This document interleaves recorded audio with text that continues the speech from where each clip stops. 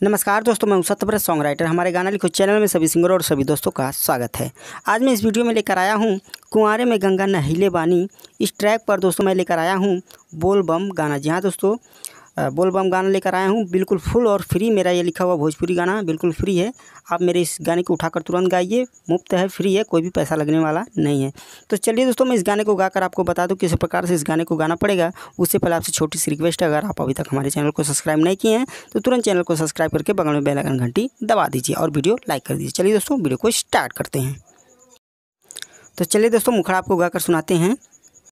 नैहर में ये गोरी बोला काका कैलू हो, बोला काका कैलू हो। नैहर में ये गोरी बोला काका कैलू हो। कब देव घर तू गइल रहलू कि ना हो। हमारा से बतावा बात सही सही, हमारा से बतावा बात सही सही। हम कुंवारे में देव घर गइल रही, हम कुंवारे में देव घर गइल रही। और शिव जी के जलवा चढ़ैले रही, और शिव जी के जलवा चढ़ैले रही। देव घर में बरहो शिवलिंग के पारी पारा हम पूजा कैली। तब नु अच्छा निमन बलम तोहरा के हम पैली। हमरा के तोहरा पे शक लगाता हो, भक्ति तो से होके विश्वास न लगाता।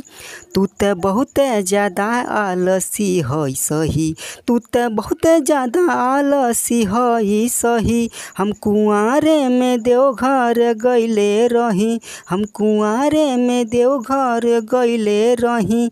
और शिव जी के जलवा चढ़ैले रही, और शिव जी के जलवा चढ़ैले रही। सुइया पहाड़ के चढ़ाई बड़ा कठिन हमके लागत रहे। भोला बाबा के कृपा से कदम हमर आगे बढ़त रहे। एकदम पातर तू ते हो बाड़ू, झूठे काहे हमरस बोलत बाड़ू।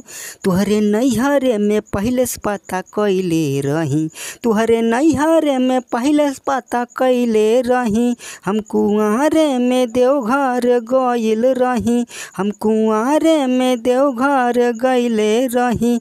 और शिव जी के जलवा चढ़ैले रही, और शिव जी के जलवा चढ़ैले रही। दोस्तों, जाते जाते हमारे वीडियो को लाइक करिएगा, कमेंट करिएगा, और अगर आपको कोई भी गाना लिखवाना है तो हमारे नंबर पर संपर्क करिएगा। आज के लिए इतना ही। बहुत बहुत आपको धन्यवाद वीडियो देखने के लिए।